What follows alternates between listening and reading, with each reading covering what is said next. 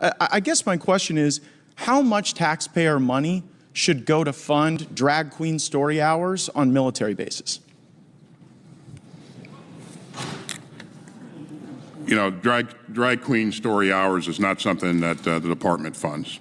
Well, wait a second. That's actually not what the record seems to suggest. You were going to fund one at Ramstein Air Force Base. That one got canceled, but that's DOD insignia. That's a drag queen story hour for children. Then also at Malmstrom Air Force Base outside of Great Falls, Montana, you had a drag queen story hour for kids. At the Joint Base Langley Eustis, you put on a drag queen story hour on a Saturday for the first ever kid-friendly diversity, equity, inclusion summer festival. And at Nellis Air Force Base, you had the Drag You Nellis on June 17th. Who funded these things, Mr. Secretary?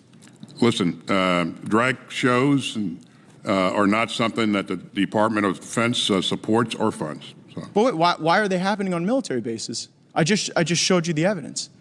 Why are they happening? I will say again, this is not something that we support or fund. Well, so you think hosting a drag queen story hour on a military base isn't supporting the drag queen story hour? I stand by what I just said. But you may stand by it, but it's belied by the evidence over and over again. I mean, are you aware of the piece? Biden's military, Air Force Base in Montana holds drag show, drag queen story hour for kids in the Western Journal. Are you aware of that?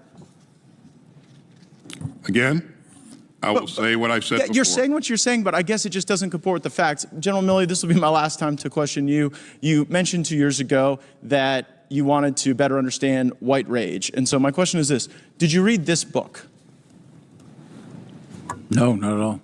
It is What is White Privilege is the book, and it's actually written by a DOD official, a senior official in diversity, equity, and inclusion, and there are now hundreds of these books in dozens of schools, and I wonder if you guys connect this to your problems with recruiting. I've never read it, never seen it.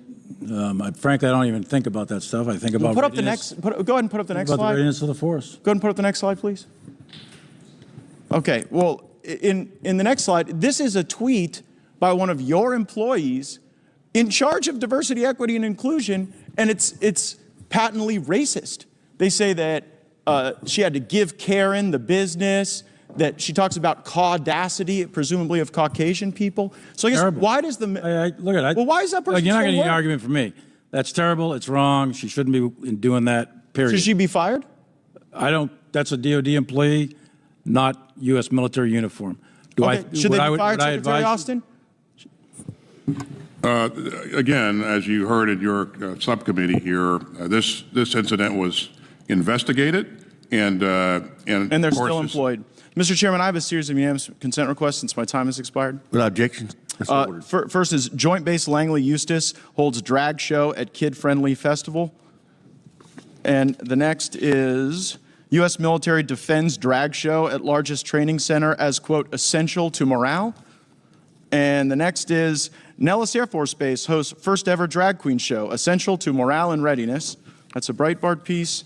And finally, Ramstein cancels library's drag queen story time for Pride Month following criticism. Without objection, so ordered. Gentleman's time has expired.